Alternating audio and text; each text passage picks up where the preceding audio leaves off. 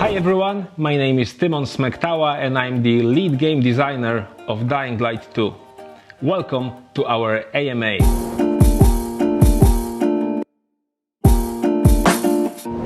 First of all, I would like to thank all of you for all of the questions you have sent us. It was more than 9,000 questions, so it's a lot. We have chosen the one that were appearing most frequently. So first, the number one question. How big is the map of Dying Light 2? So this is something we have said before. It's about double the size of all of the maps from Dying Light 1 combined.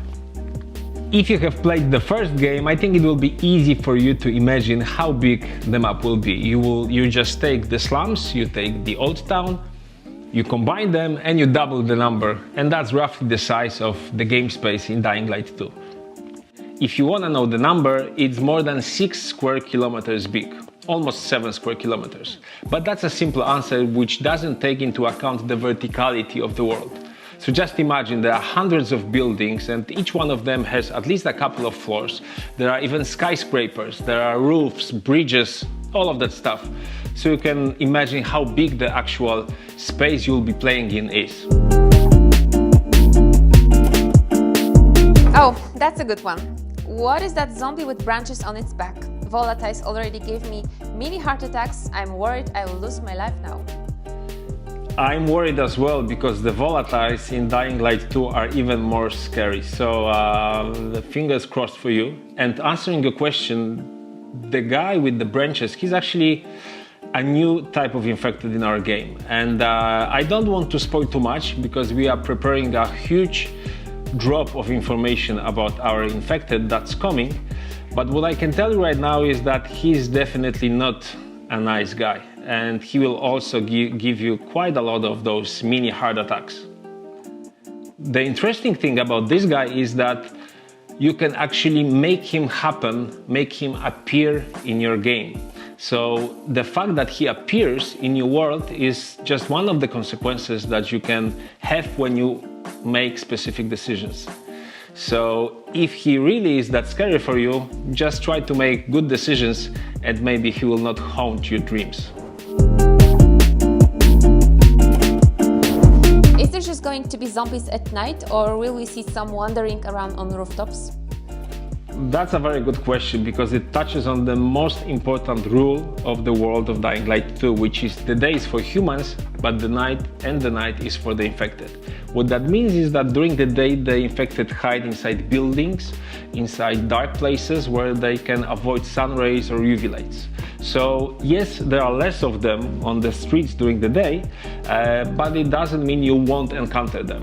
There are still some of them are weakened, some of them are slower, but they still pose a threat. Another threat that you have to face during the day is of course bandits and other humans, but that's a different type of story, another story. One more thing that you can do is you can actually draw the infected from their hiding places. For example, if you make a lot of noise, so then they run away, run from their hiding places, and they try to attack you, they try to fight with you, or some other NPCs, some other humans around. Of course, it lasts only for a short amount of time because they are afraid of the sun rays, so then they go back, but yes, you will still be able to encounter them during the day. Another interesting thing you asked about is the rooftops, and it's interesting because it touches on another very important concept of Dying Light 2, which is that the rooftops are being used by the people that live in the city to rebuild the civilization. So while you will be exploring, actually you will see a lot of safe houses, farm fields and additional stuff like that on the rooftops, so they need to be safe. So there aren't that many biters, virals or other infected on the rooftops during the day. But of course when the night comes, it's a completely different type of story, because the day is for humans, but the night is for the infected.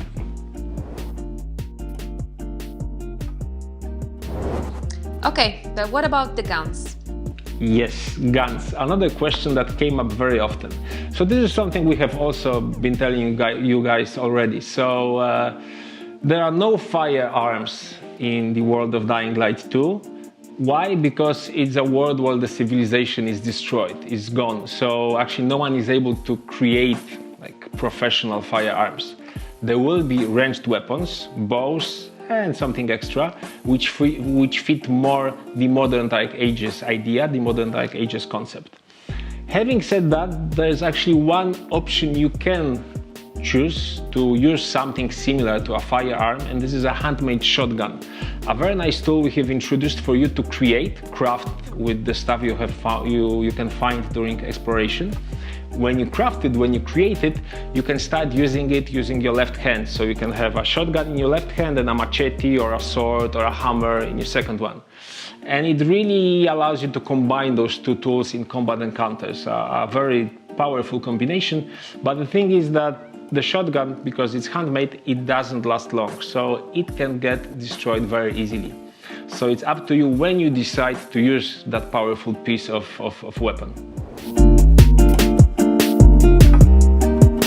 Okay, so is the grappling hook still in the game, or as it was in the extended gameplay trailer? If yes, how does it work?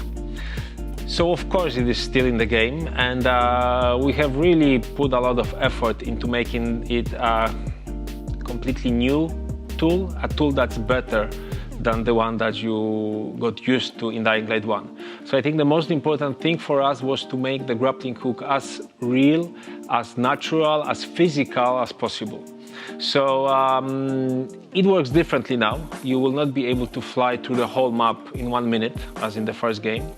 As I said, it's way more physical and way more realistic. So if you need something to help you imagine this, is that in the first game, with the grappling hook, you could almost feel like a Spider-Man. In this game, in the second game, you feel more like a Tarzan. Swinging on ropes and everything. So of course you could say, I prefer to be a Spider-Man than a Tarzan. Good for you, but wait till you see the thing in action.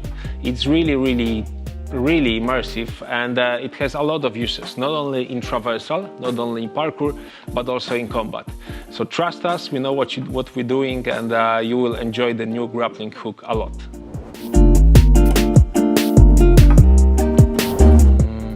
Oh, this one is very important and very interesting. The question is, will there be cars, vehicles in the main game area? So the answer is, you will be driving inside a vehicle in one specific mission, the one we have shown to you in our last demo.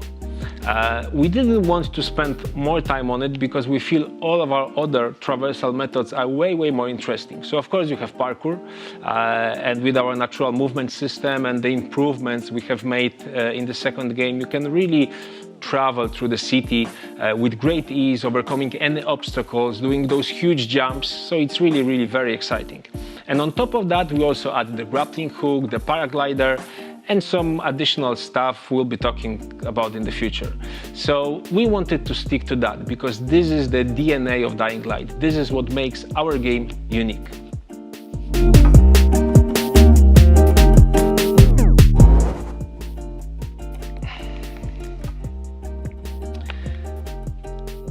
Okay, so this one is actually another question that appeared very frequently. So the question is, how many choices do you have that actually change the world and the story? So I don't want to give you an exact number, but I want to explain to you how the whole system works. So in Dying Light 2, you make choices, you make decisions on 3 different levels. So the first one, as you can say, the upper one, the top one, is a number of main story choices, a few of them, which really change how the story flows and what kind of ending you will get when you finish the whole experience. Then the second level is choices and decisions you make inside side quests or even main quests that mostly have consequences that are contained within those quests, within those missions, or quite often they also influence the world. An example of this is in one of the quests you can, for example, save an opera singer. If you do that, if you make a correct choice, then she appears in one of the hubs, in one of the safe zones in the game, and starts singing Some people like it, some people don't. Some people will tell you it was a stupid thing to do, but it's all up to you. And this is an example of one of those little details that you can actually change in your world. And the third level is the so-called city alignment system. And this is a system where, based on your choices, one of the factions takes control over specific areas of the city. So when they do that, of course, they install their forces, they install a lot of different things that belong to that faction, and some of the things are the things that you can use in gameplay. So, for example, if you play with the peacekeepers, they start installing so-called combat helpers, combat traps that you can use while fighting with bandits or infected or whatever. If you side with survivors and you give parts of the city to survivors, they start installing things like zip lines and trampolines and other stuff that makes the traversal easier. So depending on your choices, you can also shape the gameplay space, the gameplay environment, and have a different experience depending on what you do.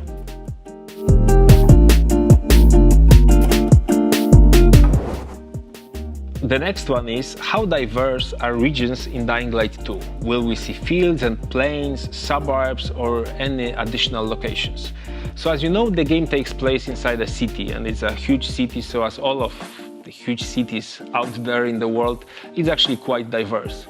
You can say that there are two main regions in the city, which is an area which is a little bit close to Old Town, and another one which is more like a downtown with huge skyscrapers and all of that stuff.